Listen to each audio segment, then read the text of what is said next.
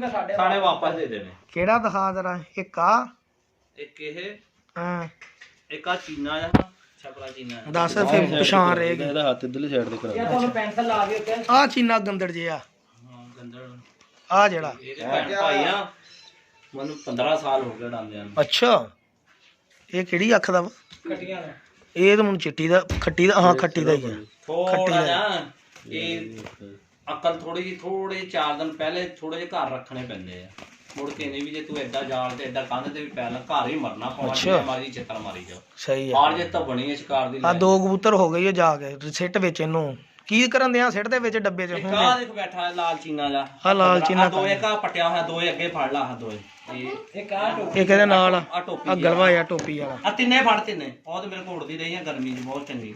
ਅੱਛਾ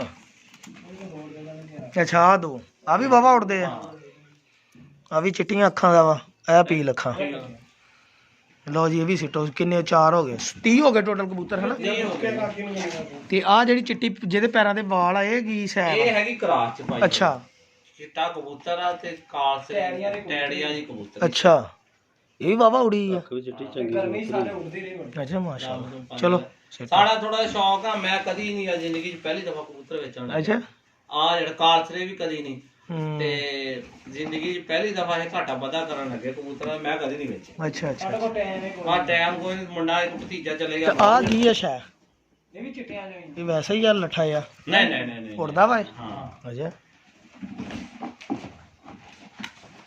ਚਲੋ ਜੀ ਸਿੱਟੋ ਬਾਕੀ ਵਿੱਚ ਚੱਲੀਏ ਫਿਰ।